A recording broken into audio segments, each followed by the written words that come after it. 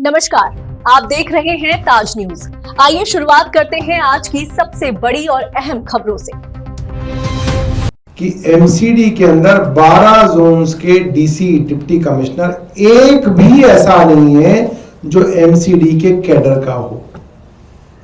कोई statistical services से आ गया, कोई रेलवे सर्विसेज से आ गया, कोई किसी और जगह से आ गया और यहां पर डेपुटेशन के नाम पर लूट करके डीसी बन जाते हैं, लूट मचाते हैं। 5 साल में करोड़ों रुपया इतना पैसा कमा लेते हैं कि इनकी 7 पुश्तों को फिर कमाने की जरूरत नहीं है। एक एक डीसी इतना पैसा कमा रहा है दिल्ली की एमसीडी में आने के लिए।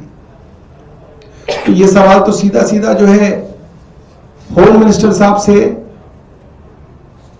भारत के गृह मंत्री से कि एमएचए ऐसा क्या कर रहा है कि ये दूर दूर से अफसरों को लेके वो एमसीडी में डेपुटेशन पे ला रहा है और वो अफसर यहां पे लूट मचा रहे हैं।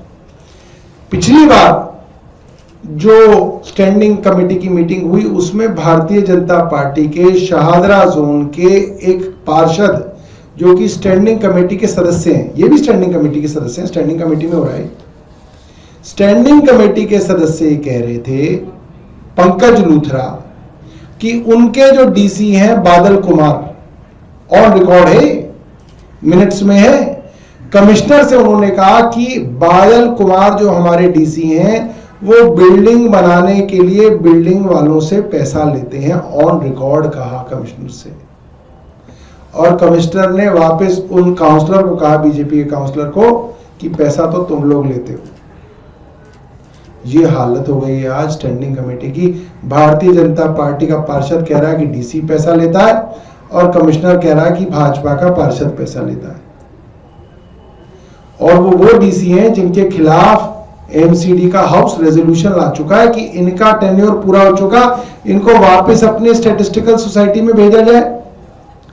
इंडियन स्टैटिस्टिकल सर्विसेज से यहाँ पे आए थे, अब इन्होंने जो कमाना था कमा लिया, अब जाए।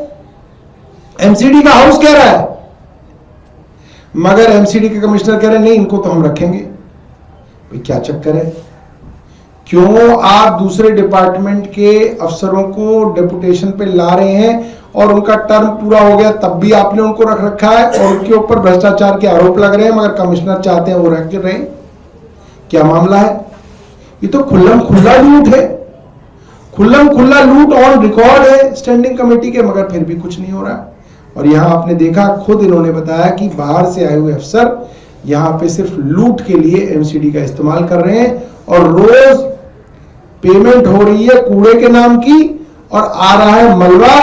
और हम ये पूछना चाहते हैं कि क्या एमसीडी कमिश्नर ने एफआईआर दर्ज कराई? स्टैंडिंग कमेटी में पार्षद बार बार कह रहे हैं कि आप एफआईआर दर्ज कराओ।